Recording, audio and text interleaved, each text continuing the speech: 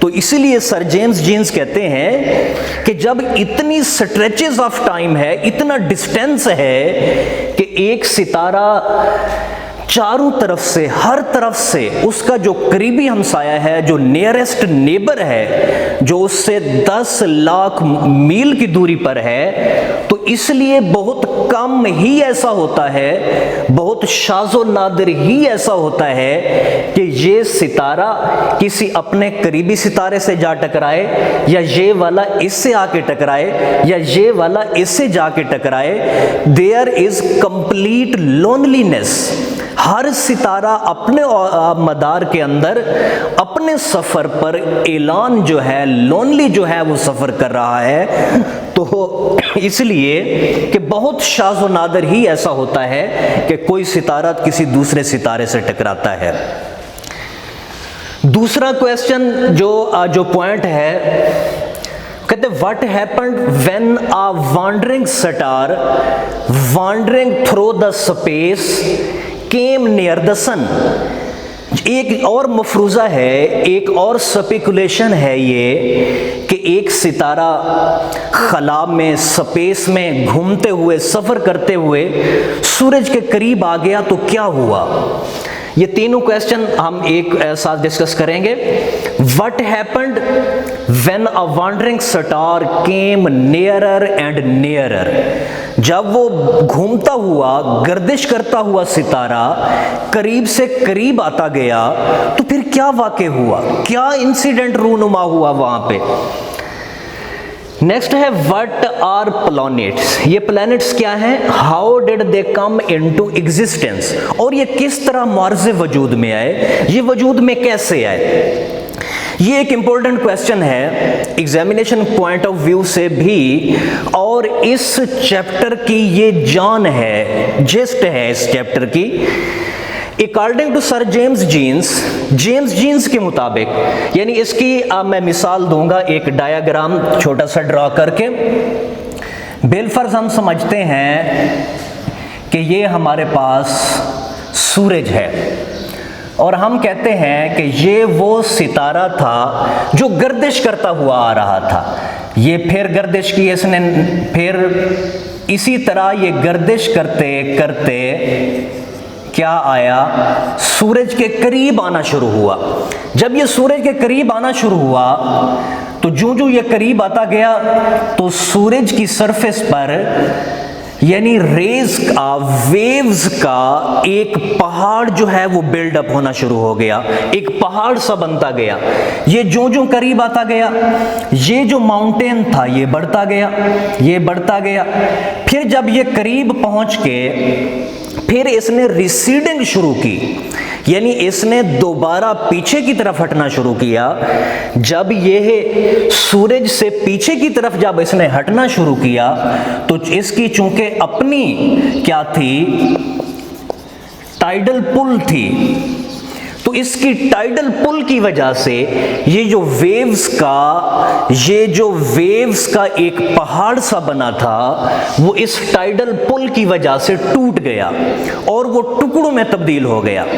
پھر وہ ٹکڑے سورج کے گرد بکھر گئے۔ جب وہ سورج کے گرد بکھر گئے، یعنی سورج کی جو سن کی جو ٹائیڈل پل تھی وہ اس ستارے سے زیادہ سٹرانگ تھی، اور اس زیادہ سٹرانگ ہونے کی وجہ سے وہ ٹکڑے اس ستارے کے ساتھ جانے کی بجائے وہ سورج کے گرد ہی گھومنے لگے، جنہیں ہم کیا کہتے ہیں، پلانٹس کہتے ہیں۔ یہی وہ ٹکڑے تھے جو آگ کے گولے تھے۔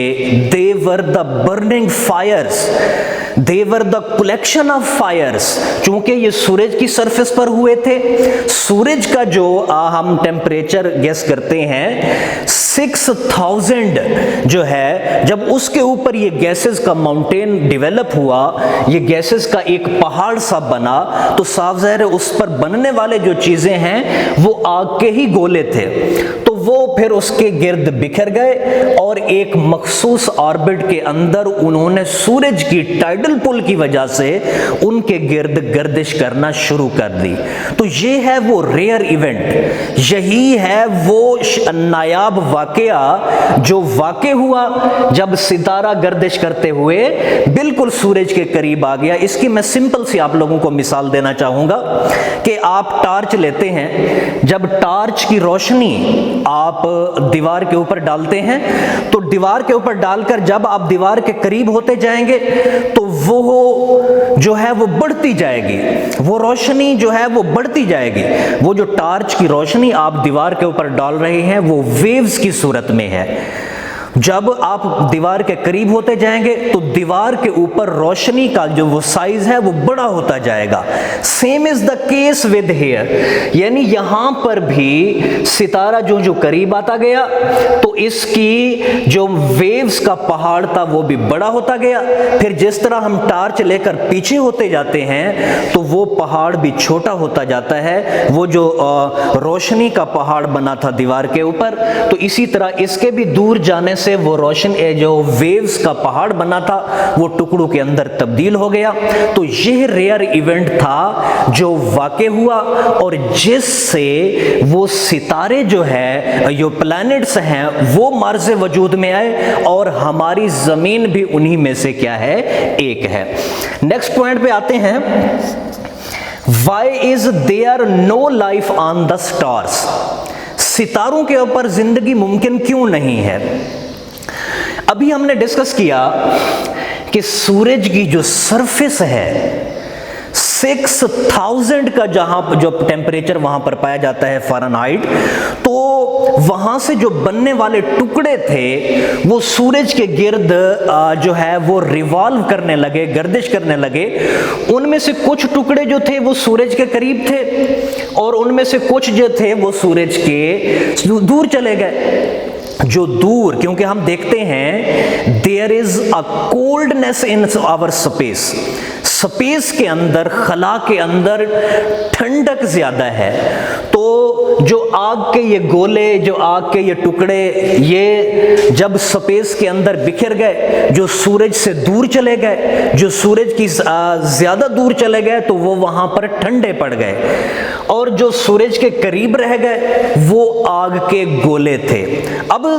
زندگی کے لیے ہمیں ایک ایسا سٹار چاہیے، ہمیں ایک ایسا پلانٹ چاہیے تھا جہاں پر جو ٹیمپریچر ہے وہ ماڈریٹ ہونا چاہیے۔ اب ماڈریٹ ٹیمپریچر کب ہوتا ہے؟ جب چیزیں لیکوڈ حالت کے اندر وہاں پر ایگزسٹ کر سکیں، جب چیزیں فلو کر سکیں، تو ایسا ٹیمپریچر ہم زندگی کے لیے ضروری ہوتا ہے۔ اب جو سورج کے قریب تھے وہاں پر چیزیں میلٹ ہو جاتی تھیں، ایویپوریٹ ہو جاتی تھیں، بخارات بن کے اڑ جاتی تھیں، اور جو سورج کے زیادہ دور چلے گئے تھے وہاں پر اگر زندگی جائے تو وہ زندگی فریز ہو جاتی، برف بن جاتی، منجمد ہو جاتی تھی۔ تو اسی لیے وہ کہتا ہے کہ some of the stars are big burning balls، وہاں پر اگر زندگی جائے تو that life would be melt away, تو اسی لیے اگر ان سے آپ دور چلے جائیں تو there life would be frozen, وہاں پر زندگی جو ہے وہ منجمد ہو جائے گی۔ تو ایمنس یعنی کولڈنس، ایمنس ہاٹنس ہونے کی وجہ سے there is no life on the stars except on the earth، ارتھ ہی وہ واحد ستارہ ہے، وہ واحد سیارہ ہے جو نہ سورج کے زیادہ قریب ہے نہ سورج کے زیادہ دور ہے، اور یہاں پر چیزیں لیکوڈ حالت کے اندر رہ سکتی ہیں، اور یہاں پر چیزیں لیکوڈ حالت کے اندر رہنے کی صورت میں یہاں پر زندگی جو ہے ممکن ہے، لیکن دوسرے ستاروں پر زندگی ممکن نہیں ہے۔ نیکسٹ ہے ہمارے پاس write a note on the beginning of life on the earth. Dear students, جیسا کہ آپ کو معلوم ہے سر جیمز جینز ایک مفروضے کی بات کر رہا ہے، نہ کہ حقیقت کی، کہ ایسا ہوا ہوگا، ایک ستارہ قریب آیا ہوگا، ریز یعنی ویوز کا پہاڑ بنا ہوگا، ٹکڑے ہوئے ہوں گے، پھر ان ٹکڑوں نے گردش کرنا شروع کر دی ہوگی۔ Same is the case with the beginning of life on the earth, یعنی زمین پر جو زندگی کا آغاز ہے، جو لائف کا آغاز ہے، یہ بھی ایک سپیکولیشن پر مبنی ہے۔ تو وہ کہتا ہے کہ life started with a simple organism, ایک لیونگ آرگینزم سے جو ہے اس زندگی کا سٹارٹ ہوا، اس زندگی کا آغاز ہوا۔ اب آرگینزم کیا ہے؟ A living being that have the ability to reproduce itself before dying، یعنی جو مرنے سے پہلے اپنے جیسا اور جسم پیدا کرنے کی صلاحیت رکھتا ہو، اسے ہم آرگینزم کہتے ہیں، لیونگ آرگینزم کہتے ہیں۔ وہ کہتا ہے کہ ایک سمپل آرگینزم سے یہ جو لائف ہے وہ سٹارٹ ہوئی، پھر یہ لائف جو ہے ایک کمپلیکس صورتحال اختیار کر گئی، پھر یہی آرگینزم ڈیولپ ہوتے ہوتے ہیومن لائف میں جا کے ڈیولپ ہو گیا، اور اسی طرح ہیومن لائف جو ہے وہ سٹارٹ ہوئی، اور ہیومن لائف بھی پھر فردر کمپلیکسٹیز کا شکار ہو گئی، یعنی ہیومنز نے ریلیجن کو اپنا لیا، مذہب کی کمپلیکسٹیز آ گئی، جس طرح اب ہم دیکھتے ہیں کہ کوئی مسلم ہے، کوئی کرسچن ہے، کوئی ہندوز ہے، کوئی جیوز ہیں، تو یہ کیا ہے؟ ریلیجن کی کمپلیکسٹی ہے، یعنی ہیومن لائف ڈیولپ ہوئی، اور اس ڈیولپ کے ساتھ پھر کمپلیکسٹیز آ گئیں، جو جس میں سب سے پہلے جو ہے وہ اس کا جو بیسک جو فیلنگز تھا اس انسان کا، وہ فیئر تھا۔ جس طرح میں مثال دوں، ایک چھوٹا سا بچہ ہو، رات کو اگر آپ اسے باہر اکیلا بھیج دیں اندھیرے میں، تو وہ ڈر فیل کرتا ہے۔ تو انسان کے اندر جو بیسک فیلنگ پایا جاتا ہے، جو بنیادی فیلنگ پایا جاتا ہے، وہ فیئر ہے۔ تو اسی طرح مختلف کمپلیکسٹیز کا وہ شکار ہو گیا، اس کے بعد اس کی ڈیزائرز آ گئیں، اس کی ایکسپیکٹیشنز آ گئیں، اسی طرح یہ لائف کمپلیکس سے کمپلیکس ہوتی گئی۔ تو جیمز جینز کے مطابق جو ایک مفروضہ بیان کر رہا ہے کہ that life started with a simple organism that was developed into human life, پھر وہ ہیومن لائف کمپلیکس سے کمپلیکس ہوتی گئی۔ نیکسٹ پوائنٹ ہے ہمارے پاس، why is the universe of which our earth is one so frightening. Main point ہے یہ کہ یونیورس اتنی فرائٹفل کیوں ہے، اتنی فیئرفل کیوں ہے؟ اس نے سر جیمز جینز نے اس لیسن کے اندر، اس چیپٹر کے اندر ایک سمپل سی مثال دی ہے۔ وہ کہتا ہے the total number of stars in the universe is as the total number of grains of sands on the all seashores of the world۔ وہ کہتا ہے کہ فرض کرتا ہے کہ ستاروں کی جو تعداد ہے وہ پوری دنیا میں پائی جانے والے ریت کے ذرات کی طرح ہے۔ پھر وہ کمپیئر کرتا ہے، وہ کہتا ہے کہ پوری دنیا کی ریت کو ایک جگہ پہ اگر ہم جمع کریں اور وہاں سے ریت کا ایک ذرہ اٹھا لیں اور ریت کے اس ایک ذرے کے آپ 10 لاکھ ٹکڑے کریں، 9,99,999 ٹکڑے پھر آپ اس ڈھیر میں ڈال دیں، اور وہ جو 10 لاکھواں ٹکڑا ہے that is our earth as compared to the universe۔ تو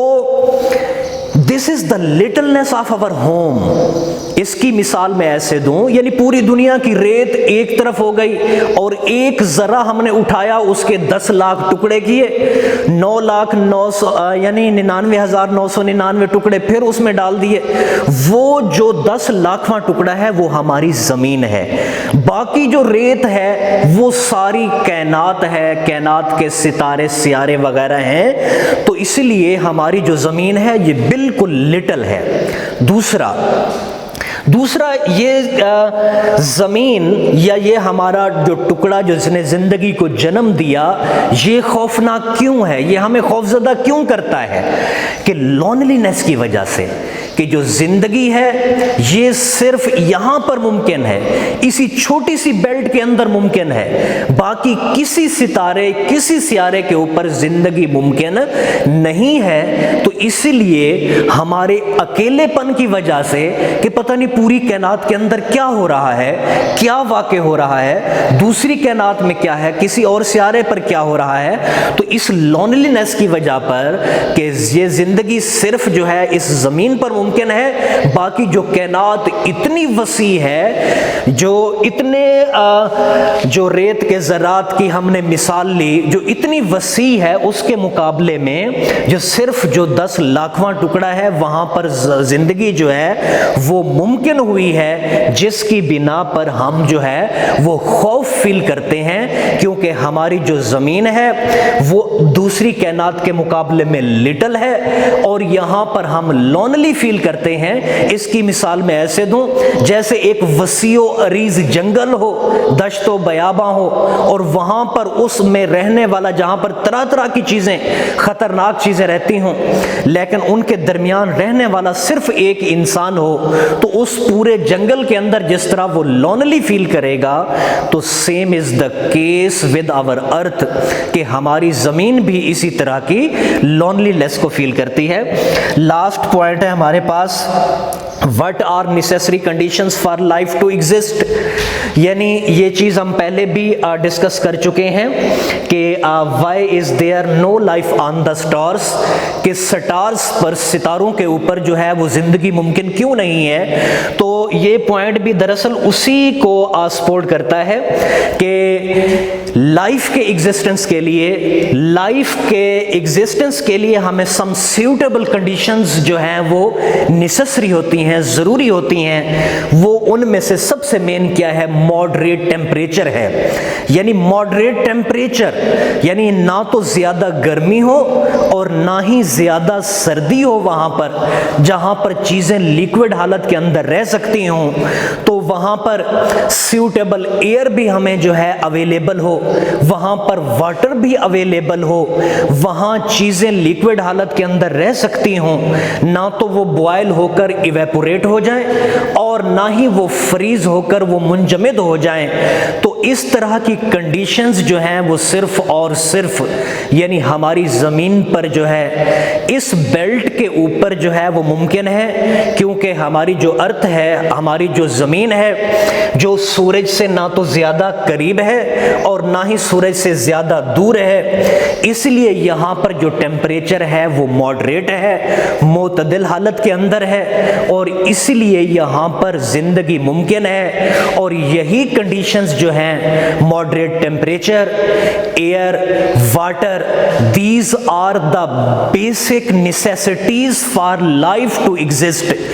آن، یعنی کسی بھی بیلٹ کے اوپر جب یہ چیزیں اویلیبل ہوں گی تو وہاں پر زندگی جو ہے وہ ممکن ہو سکے گی۔ یہی چیز تھی جو آج ہم نے فرسٹ چیپٹر کے اندر یہ چیزیں ڈسکس کی ہیں۔ تو یہ چیزیں آپ لوگوں نے پہلے سے تیار بھی کی ہوئی ہیں، لیکن مزید آپ اس کو اچھے طریقے سے تیار کریں۔ With best of luck, next lecture کے لیے پھر ہم حاضر ہوں گے۔ اللہ حافظ۔